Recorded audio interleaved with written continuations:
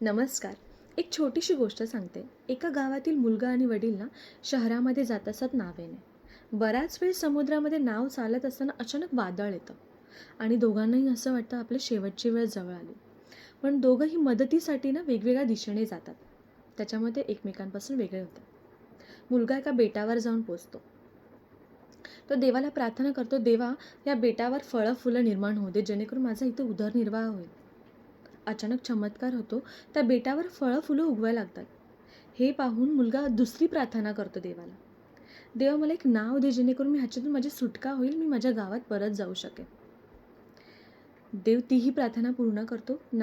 बेटावर एक नाव पाठवतो आणि तो नाव घेऊन रिटर्न जात असतो. तेवढ्यात एक आकाशवाणी होते. त्या आकाशवाणीमध्ये देव असं म्हणतो की तू तुझ्या वडिलांना सोबत नाही नेणार का? त्यावर मुलगा काय म्हणतो माहिती आहे, सोडा ना त्यांना, त्यांनीही तुमच्याकडे प्रार्थना केली असेल, पण तुम्ही त्यांची प्रार्थना पूर्ण नाही केली. नक्कीच त्यांनी काहीतरी वाईट कृत्य केलं असेल, तुम्ही माझी प्रार्थना पूर्ण केली. त्यावर आकाशवाणी बोलते, तुझ्या वडिलांनी तुझ्यासाठी काय मागितलं माहिती आहे, की माझ्या मुलाला सुखरूप गावामध्ये पोचू देत.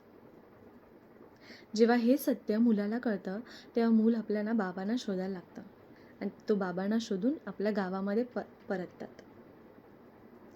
ह्याच्यातून काय बोध घेता येतो माहिती आहे, कधी कधी असं होतं ना, आपण सत्य न जाणूनच घेताना त्याच्यावर आपलं मत व्यक्त करतो. ह्याच्यामुळे काय होतं माहिती आहे, आपण आपलंही नुकसान करतो आणि दुसऱ्यांचंही.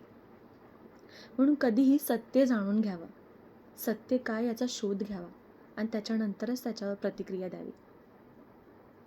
धन्यवाद.